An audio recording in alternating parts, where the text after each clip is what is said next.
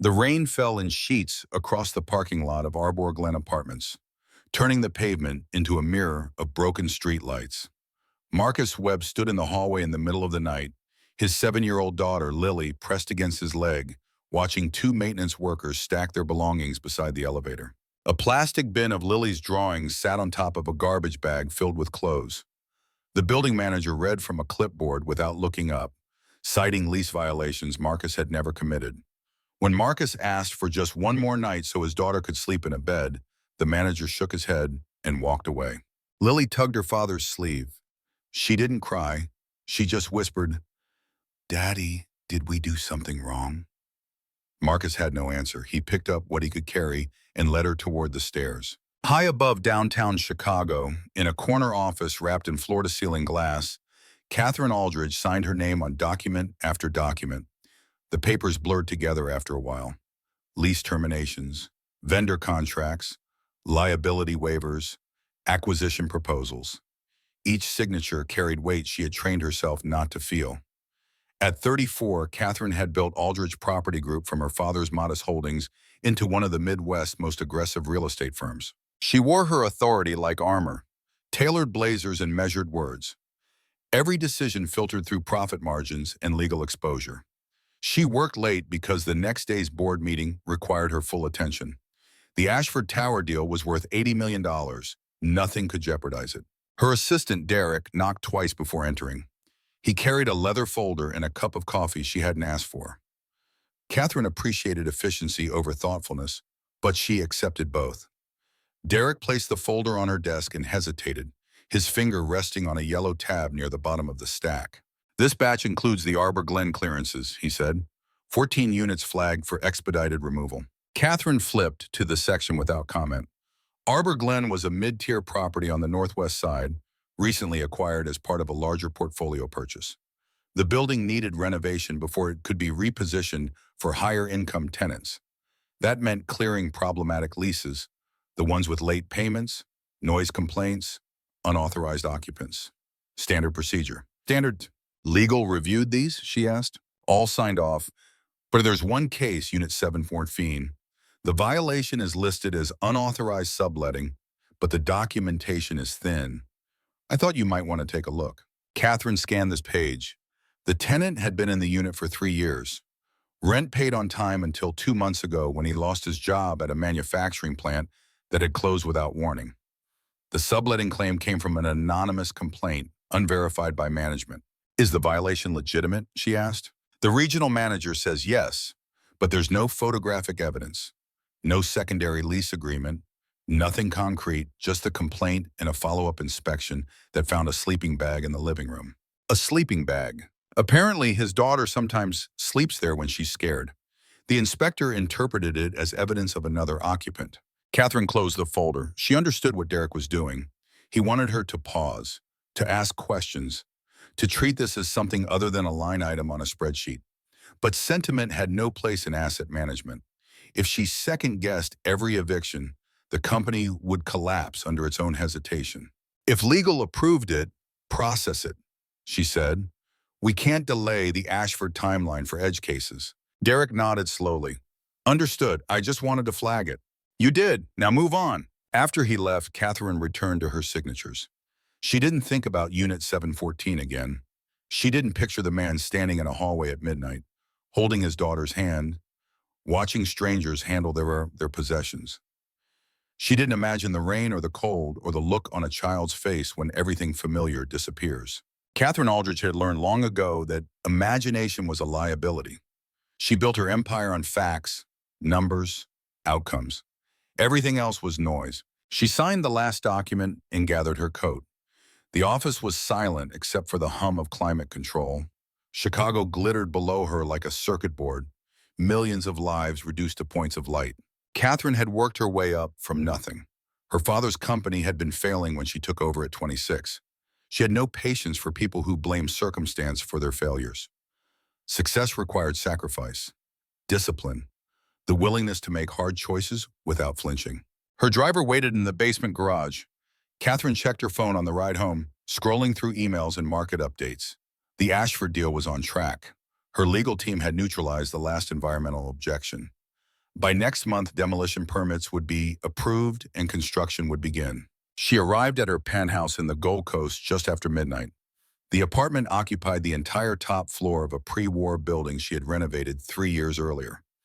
It was beautiful in the way that expensive things are beautiful, carefully curated, impeccably maintained, utterly silent. Catherine poured herself a glass of wine and stood at the window, watching the rain trace patterns on the glass.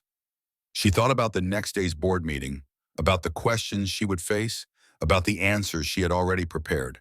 She did not think about the families she had displaced. She did not think about Marcus Webb or his daughter Lily, who at that very moment huddled together on a fire escape 4 miles away, waiting for the rain to stop. The fire escape was not a choice Marcus had made. It was the only option left after the shelters turned them away. Full capacity, the intake worker had said, apologizing with tired eyes. Try again tomorrow morning. But tomorrow morning was hours away, and Lily was shivering. Her thin jacket soaked through despite Marcus' attempts to shield her. He had found this building by accident, a residential tower with an unlocked service entrance. The fire escape landing on the 6th floor was dry enough, protected by an overhang that kept out most of the rain. Marcus spread his jacket on the metal grating and pulled Lily onto his lap. "Tell me a story," she whispered. "The one about the house with the blue 00 door." Marcus closed his eyes. The house with the blue door was a story he had invented when Lily was 4. A place where everything was warm and safe, where breakfast appeared on the table each morning, and no one ever had to leave. He had told it so many times that he knew every detail by heart. The kitchen with yellow walls, the backyard with a tire swing, the bedroom where Lily had her own bookshelf filled with stories she could read whenever she wanted. "Once upon a time," he began, but his voice cracked on the second word. Lily looked up at him, her eyes dark and serious. "It's okay, Daddy," she said. "You don't have to finish." Marcus held her tighter. He had failed her in every way that mattered, lost his job, lost their home, lost the stability she deserved. His wife had died in childbirth. He had raised Lily alone for 7 years, working double shifts, taking every overtime hour available, building something that felt almost secure. Now it was gone, dismantled by people who had never seen his face, who had signed papers in offices he would never enter. The rain intensified. Water began pooling on the landing despite the overhang. Marcus knew they couldn't stay here much longer. Hypothermia was real, especially for children. He needed to find somewhere dry, somewhere safe, somewhere Lily could sleep without waking up colder than when she closed her eyes. He stood, lifting her in his arms. "We're going to knock on some doors," he said. "Someone will help us." Lily nodded against his shoulder. She had stopped asking questions hours ago. The building was old but well-maintained, with thick walls and heavy doors that muffled sound. Marcus climbed to the 7th floor and found himself in a carpeted hallway with brass numbers on each door. He chose the first one he saw and knocked softly, then louder when no one answered. He tried the next door and the next. Either no one was home, or no one wanted to respond to a stranger in the middle of the night. At the end of the hall, a door stood slightly different from the others, heavier, darker, with a small brass plaque that read simply PH for penthouse. Marcus assumed someone with money lived there, probably someone who would call the security the moment they saw him.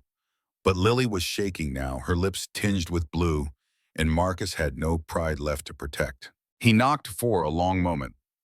Nothing happened. Then the deadbolt turned and the door opened, revealing a woman in silk pajamas, her dark hair loose around her shoulders, a glass of wine in her hand. She stared at Marcus and Lily with an expression that shifted from annoyance to confusion to something harder to read. "I'm sorry," Marcus said. "I know how this looks, but my daughter is freezing and my phone is dead. I just need to charge it enough to call someone, that's all. Then we'll leave." The woman didn't move. Her eyes traveled from Marcus's face to Lily's, taking in the soaked clothes, the chattering teeth, the desperate dignity in his posture. "Please," Lily said, her voice barely audible. "I'm so cold." Catherine Aldridge had not expected this. She had expected nothing beyond an empty hallway and the distant sound of rain. Now she stood face to face with the consequence of a signature, though she didn't know it yet. She saw only a man and a child, strangers in distress. Their presence was an intrusion she had every right to reject, but the child was shivering. The child had said, "Please." Catherine stepped aside. "Come in." just until the rain stops. The apartment was warm in a way that made Lily gasp. Marcus set her down gently on a marble floor that reflected the soft glow of recessed lighting. Everything was clean, expensive, untouchable. He felt like an intruder in a museum, afraid to move, afraid to breathe, afraid to leave water stains on surfaces that cost more than his annual salary. Catherine disappeared into another room and returned with 2 towels, thick and white and impossibly soft. She handed them to Marcus without comment. "Thank you," he said. "I'll just charge my phone and we'll be out of your way. The charger is on the kitchen counter. Help yourself." Marcus found the outlet and plugged in his phone. The screen flickered to life, showing a battery icon with a thin red sliver. It would take time to hold a call. He returned to the living room where Lily sat on the edge of a leather couch wrapped in a towel, staring at her surroundings with wide eyes. "This is a very nice house," she said to Catherine. "Do you live here all by yourself?" Catherine seemed caught off guard by the question. "Yes, I do." "Isn't it lonely?" Marcus reached for his daughter's hand. "Lily, that's not polite." "It's fine," Catherine said, though her voice had tightened. "I prefer it this way." She poured herself another glass of wine and sat in an armchair across from them, maintaining distance. Marcus understood.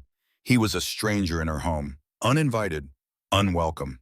The fact that she had let them in at all was more than he had any right to expect. "What happened to you?" she asked. "Why were you on the fire escape?" Marcus hesitated. The truth was complicated, filled with details that would make him sound like a failure or a victim. "We lost our apartment tonight.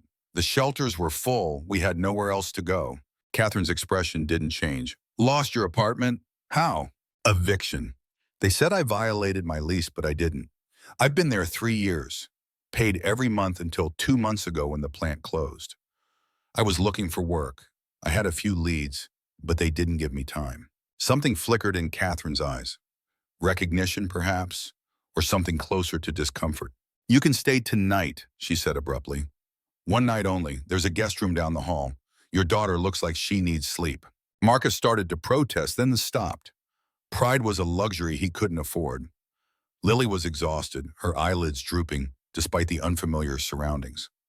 If this woman was offering them a bed for the night, he had no right to refuse. "Thank you," he said. "I mean it. We'll be gone before you wake up."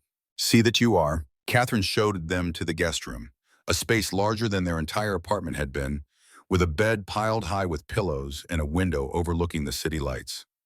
Lily climbed under the covers without being asked and was asleep within minutes, her breathing slow and steady for the first time in hours. Marcus stood by the door, watching his daughter rest. Catherine hovered in the hallway, her arms crossed. "I'll sleep on the couch," he said. "I don't want to intrude any more than necessary."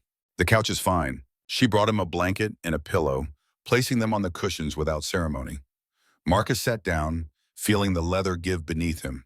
It was the most comfortable surface he had touched in months. "I don't know your name," he said. She paused at the edge of the room. "Catherine." "Marcus, and my daughter is Lily." "I know. She told me when you were charging your phone." Marcus nodded. "Of course." Lily had introduced herself.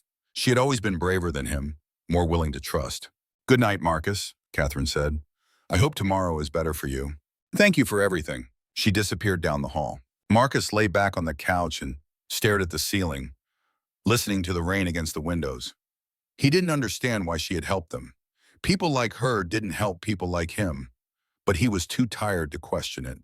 He closed his eyes and let sleep take him. Catherine didn't sleep. She sat in her study with her laptop open, searching for something she already suspected. Arbor Glen Apartments, Unit 714, Marcus Webb. The documents appeared on her screen, the same documents she had signed hours earlier. The eviction order, the falsified lease violation, the name of the regional manager who had processed the removal. She had done this, not directly, not with malice, but with indifference, which was perhaps worse. She had signed a paper that destroyed a man's life, a child's home, and she had done it without a second thought. Catherine closed the laptop and poured another glass of wine. Her hands were shaking. She told herself it was the cold, the late hour, anything but guilt. She had nothing to feel guilty about. She was a businesswoman making business decisions. The market demanded efficiency. Compassion was a luxury that bankrupted companies. But the child had said, please. The child was sleeping in her guest room, warm for the first time in hours because Catherine had opened a door. And now she knew the truth. that she was the reason that door had needed to be opened at all. She thought about what to do. She could pretend she hadn't seen the documents. She could let Marcus and Lily leave in the morning and never think about them again.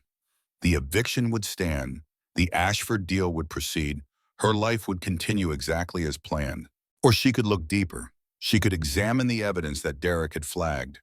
The thin documentation, the anonymous complaint, the inspection report that made no sense. She could find out if this was an isolated incident or part of a larger pattern. Catherine pulled up her email and began to type. She woke to the sound of the front door closing. Gray light filtered through the curtains. The rain had reduced to a thin drizzle. Catherine rose and walked to the living room where the couch was empty. The blanket was folded neatly, the pillow placed on top with precision. They were gone. Marcus and Lily had left before dawn, exactly as she had demanded. She should have felt relieved. Instead, she felt hollow. On the kitchen counter, beside the phone charger Marcus had used, lay a small piece of paper. Catherine picked it up and read the words written in a child's careful handwriting. Thank you for letting us stay warm. You are very kind. I hope you find someone to live with you so you won't be lonely. Love, Lily. Catherine stared at the note. Something in her chest tightened, a sensation she didn't recognize because she had spent years learning not to feel it. She set the paper down and walked to the window, watching the city emerge from the morning fog. Somewhere out there, a man was carrying his daughter through empty streets, looking for a place to belong. And she had put them there. Her phone buzzed, an email from her legal team responding to her late-night inquiry. The Arbor Glen documentation was under review. Initial findings suggested irregularities in multiple cases, not just Unit 714. The regional manager, Victor Harlan, had been flagging tenants for eviction based on fabricated violations, clearing units for a premium renovation ahead of schedule to secure performance bonuses. Catherine read the email twice, then she picked up Lily's note and read it again. You are very kind. She wasn't kind. She had never been kind. She had been efficient, strategic, successful by every metric that mattered. But a 7-year-old girl had looked at her and seen something else. Something Catherine had buried so deep she had forgotten it existed. She thought about the board meeting ahead, the Ashford deal, the questions she would face. None of it mattered the way it had mattered yesterday. Catherine opened her laptop and began composing a different kind of email, one that would tear down everything she had built on the foundation of her own indifference. Marcus found a day shelter on the south side that opened early. He and Lily ate breakfast at a long table with other families, other fathers, other children who had lost their homes for reasons beyond their control. The oatmeal was thin but warm. Lily ate without complaint, her legs swinging beneath the chair, too short to reach the floor. Daddy, she said between bites, will we see the nice lady again? Marcus shook his head. Probably not, sweetheart. She was just helping us for one night. I liked her apartment. It smelled like flowers. It was very nice. But she seemed sad, even though she has all those pretty things. Marcus looked at his daughter. She had always seen things others missed. The loneliness behind luxury, the pain beneath politeness. Some people need time to find their way, he said, just like us. Lily nodded, satisfied. She finished her oatmeal and asked if there was more. There wasn't. A few days later, Marcus received a phone call from a number he didn't recognize. He answered cautiously, expecting a collections agent or a scammer. Instead, he heard a voice he had only heard once before, in a penthouse apartment on a rainy night. Marcus, this is Catherine Aldridge. Please don't hang up. He almost did. The name meant nothing to him, but the voice triggered a memory. The woman in silk pajamas, the towels, the guest room, the cold efficiency behind her hospitality. What do you want? He asked. I want to meet with you. There's something you need to know about your eviction. Something that changes everything. Marcus hesitated. I'm listening. Not over the phone, in person. There's a coffee shop on State Street called Groundwork. Can you meet me there tomorrow at 10 a.m? I'll be there. The coffee shop was crowded with morning commuters, but Catherine had secured a corner booth away from the noise. She wore a gray blazer and no makeup, her hair pulled back in a simple ponytail. When Marcus arrived, she stood to greet him, then seemed to think better of it and sat back down. Thank you for coming, she said. Can I get you something, coffee? I'm fine. Marcus slid into the seat across from her. You said you had information about my eviction. Catherine nodded. She pulled a folder from her bag and placed it on the table between them. Your eviction was fraudulent. The lease violation cited in your removal notice was fabricated by a regional manager named Victor Harland. He's been doing this to dozens of tenants across multiple properties, creating false violations to clear units for premium renovation. The company he works for is mine. I signed the order that put you on the street. Marcus stared at her. The words didn't make sense at first. Then it clicked.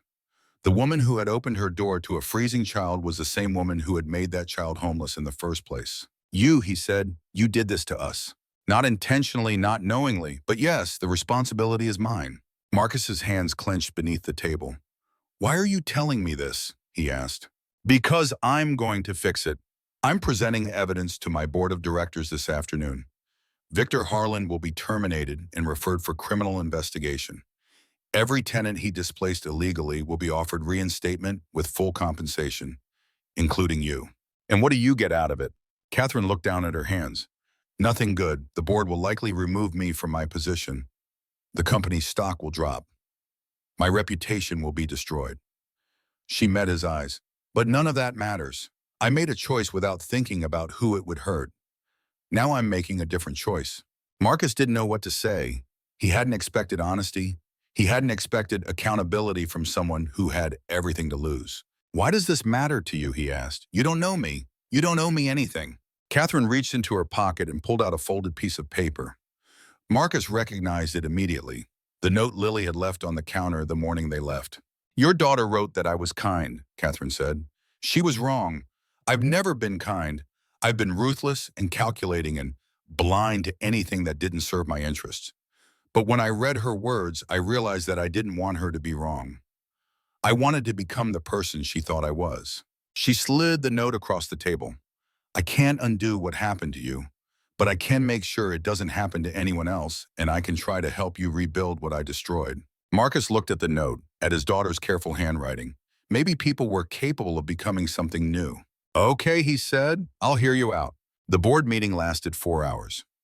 Catherine presented her evidence methodically, document by document, case by case. She named Victor Harlan as the architect of the fraud and identified 2 senior executives who had enabled his behavior in exchange for accelerated timelines and performance bonuses. Victor Harlan sat at the far end of the table, his face draining of color with each new revelation. When Catherine displayed the falsified inspection report from Unit 714, he interrupted. These are baseless accusations. The evictions were legal. The documentation was reviewed by our legal team. Your legal team was given false information, Catherine said. I have emails proving you instructed your staff to fabricate violations.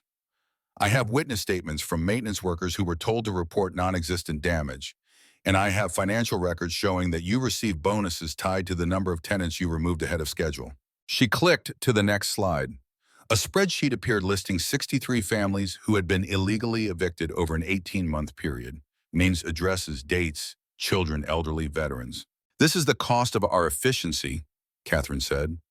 This is what we built our growth on, and I signed every single one of these orders without asking a single question. A board member named Patricia Oates leaned forward.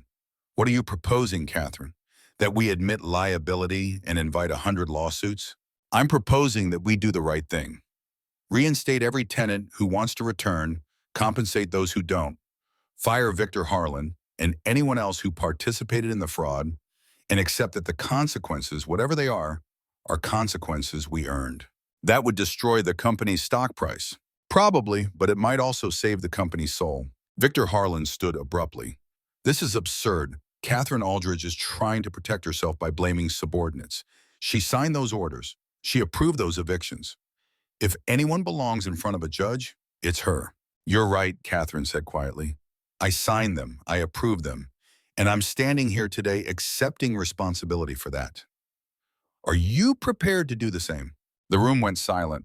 I moved to terminate Victor Harlan's employment effective immediately, Catherine said, and to refer his case to the state attorney's office for investigation. The vote was not unanimous, but it passed. Security escorted Victor from the building while he shouted threats that no one acknowledged. When the doors closed behind him, Catherine turned to face the remaining board members. I also moved to suspend myself from operational leadership pending an independent review of my decisions. The company needs leadership it can trust right now. That isn't me. The board accepted her proposal. Catherine gathered her documents and walked out of the conference room for what might be the last time. The story broke a few days later. Every major news outlet in Chicago covered the scandal, complete with interviews from displaced tenants, legal experts, and housing advocates. Catherine's face appeared on the evening news, not as a hero but as an example of corporate accountability. Some commentators praised her courage. Others called her a criminal trying to buy redemption with public confession. The stock price dropped 31% in a single week. 3 board members resigned.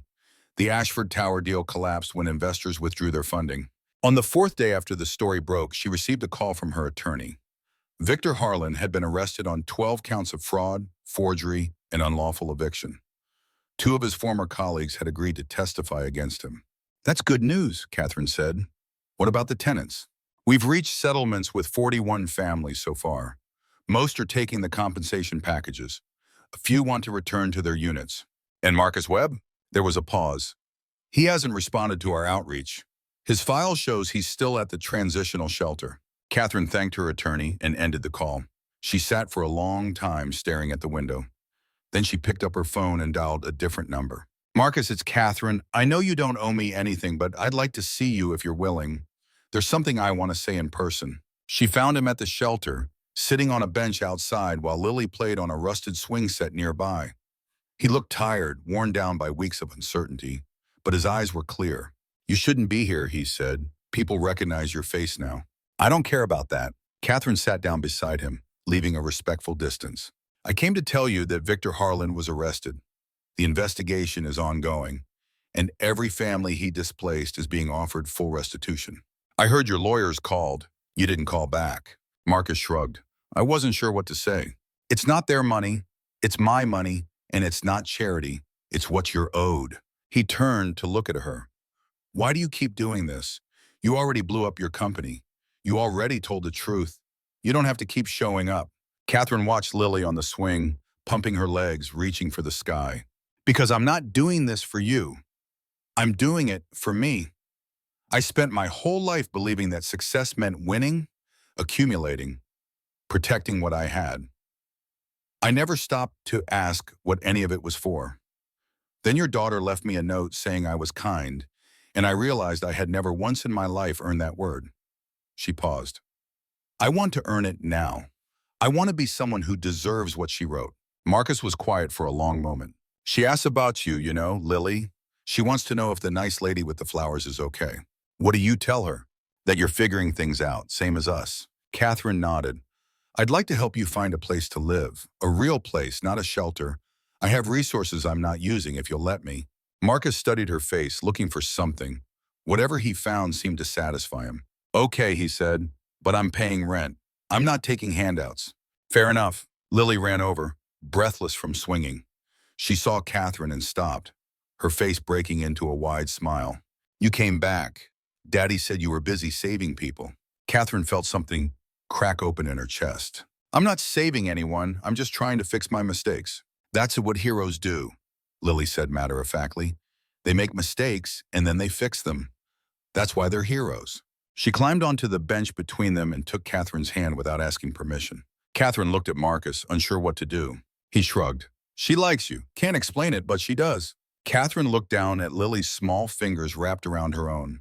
For the first time in years, she didn't feel alone. 6 months later, the final judgment was delivered. Victor Harlan was convicted on all 12 counts and sentenced to 8 years in federal prison.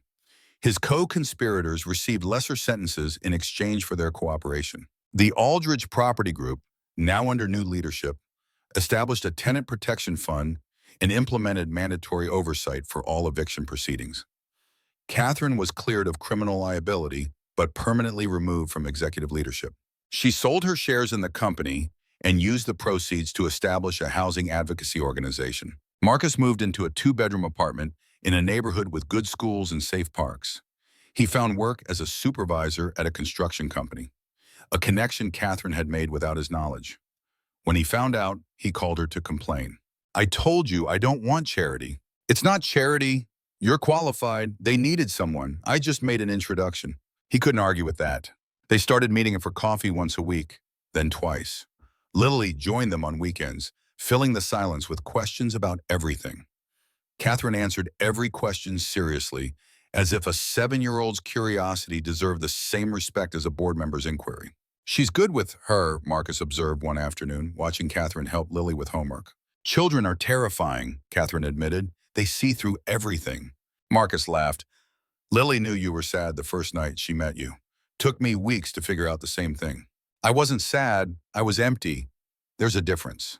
And now? Catherine looked at Lily, who was drawing a picture of a house with a blue door. Now I'm learning to fill the space. The final hearing was scheduled for a Tuesday morning in late spring. Marcus and Catherine sat in the front row of the courtroom while a judge reviewed the disposition of Victor Harlan's assets.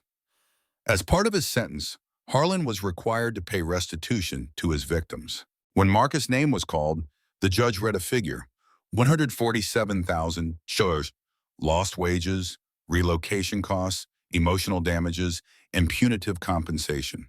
This doesn't make up for what happened to you, the judge said. Nothing can, but the law recognizes that you were wronged and the law demands accountability. Outside the courthouse, Catherine handed Marcus an envelope. What's this? Paperwork for a property I own, a house in Evanston. 3 bedrooms, a backyard, a swing set that needs repairs. I bought it last month through a trust. Marcus stared at her. I can't accept that. You're not accepting it. You're renting it, market rate, with an option to buy if you want. The only difference is that I'm your landlord, and I promise never to evict you for false violations. He laughed despite himself. Is that your idea of a joke? I'm working on my sense of humor. Lily says it needs improvement. He looked at the envelope, then at Catherine. Something had shifted between them over the past months. Something neither had named. Why are you doing all of this? He asked. The house, the job, the weekly coffee. You don't owe me anymore. The debt is paid. Catherine took a breath. Because I wasn't looking for a way to clear my conscience. I was looking for a way to live. And somewhere along the way, I found you, both of you. Lily tugged at Marcus's sleeve. Daddy, is Miss Catherine going to live in the new house with us? Marcus looked at Catherine. She looked back at him. Neither of them had an answer. Not yet. But the question hung in the air. We'll see, Marcus said. Some things take time. Like the house with the blue door? Lily asked. Catherine knelt down to meet her eyes. Exactly like that, but this time it's real. The house in Evanston was exactly as Catherine had described. White clapboard siding, a covered porch, a backyard with an old maple tree. Marcus spent the first week making repairs, replacing loose boards, fixing the screen door, building a new frame for the swing set. Lily helped by handing him tools. Catherine visited on the weekends. At first, she stayed for an hour, then for lunch, then for dinner. She learned to cook simple meals, burning the first 3 attempts before producing something edible. Lily delivered her verdicts with brutal honesty. This pasta is too salty, Miss Catherine. Thank you for the feedback, Lily. By summer, Catherine had a key to the front door. She left a toothbrush in the bathroom and a change of clothes in the closet. She still maintained her penthouse in the city, but she spent fewer and fewer nights there. The empty rooms felt like a prison she had outgrown. One evening in August, Marcus found her sitting on the porch, watching the fireflies emerge from the grass. He sat down beside her and handed her a glass of lemonade. Lily's asleep, he said. She wanted me to tell you goodnight. She could have told me herself. She said you looked like you were thinking important thoughts and she didn't want to interrupt. Catherine smiled. She's too smart for her own good. She gets that from her mother. Marcus paused. You would have liked her, Anna. She was fierce and kind, and she never let me get away with anything. I wish I could have met her. They sat in silence for a while, listening to the crickets. I never expected this, Catherine said finally. Any of it. I thought I knew what my life was supposed to look like. And then I opened a door on a rainy night, and everything changed. Do you regret it? Opening the door. No, never. Marcus reached out and took her hand. It was the first time he had touched her deliberately. His fingers were rough from years of labor. Lily asked me something yesterday, he said. She wanted to know if you were going to be her new mom. Catherine's heart stopped. What did you tell her? I told her that families come in all shapes and sizes, and that the only thing that matters is whether people choose to love each other no matter what. And what did she say? She said she already chose you a long time ago. She was just waiting for us to catch up. Catherine laughed, tears forming at the corners of her eyes. She's smarter than both of us combined. I know. Marcus squeezed her hand. So what do you say? Are you willing to catch up? Catherine looked at the house behind them, the porch light glowing warm against the darkness, the window of Lily's bedroom. She thought about everything she had lost and everything she had found. Yes, she said, I'm ready. 2 years later, they stood on the same porch watching Lily blow out 9 candles on a birthday cake shaped like a castle. Friends and neighbors filled the backyard, children running through the sprinklers, adults chatting over lemonade. The maple tree had a new tire swing. Marcus wrapped his arm around his wife. They had married in a small ceremony the previous spring, with Lily serving as flower girl and ring bearer because she refused to choose. The house with the blue door was no longer a story, it was their life. Happy? Catherine asked. Terrified, Marcus admitted. She's going to be a teenager in a few years. We'll survive. We survived worse. He kissed her forehead. Thank you for everything. Lily ran over, frosting smeared across her cheek. Come see my presents. Someone gave me a telescope. Catherine looked at Marcus. He raised an eyebrow. I might have ordered something, she said, for stargazing. She mentioned she wanted to see the moon up close. You spoil her. Someone has to. They followed Lily across the yard.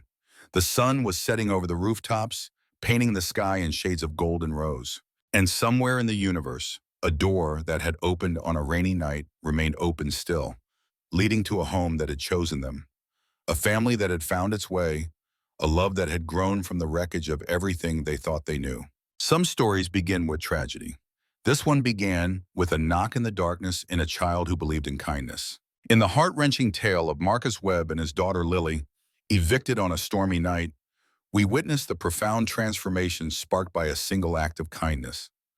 Catherine Aldridge, a ruthless real estate mogul, unknowingly signs the papers that shatter their world, only to open her door to them in desperation hours later. What unfolds is a powerful reminder that life's most valuable lesson lies in the power of empathy and redemption. We often build walls around our hearts, chasing success, wealth, and efficiency, blind to the human cost of our choices. Catherine's empire crumbles not from failure, but from her awakening to the emptiness of a life devoid of compassion. Through Lily's innocent note, "You are very kind," we see how a child's pure faith can crack open the hardest soul, urging us to confront our indifference and choose humanity over profit. This story teaches us that a true strength isn't in unyielding ambition, but in vulnerability, admitting wrongs, fixing mistakes, and forging connections from the ashes of regret. In real life, we all face rainy nights, moments of loss, betrayal, or isolation. But imagine if we paused, like Catherine, to open a door, literal or metaphorical, to someone in need. It could heal not just them, but ourselves, turning strangers into family and loneliness into love. Let this inspire you. Kindness isn't a weakness, it's the blueprint for a meaningful existence. It reminds us that no one is beyond change, and every signature, every decision ripples into lives we may never see until fate brings them to our doorstep. If this story touched your heart, share your own experiences in the comments below. Have you ever experienced a life-changing act of kindness or turned a mistake into redemption? Let's build a community of hope and empathy together. And if you haven't already, hit that subscribe button and turn on notifications so you never miss another uplifting tale that could change how you see the world. Your support means everything. Let's spread more kindness, one story at a time.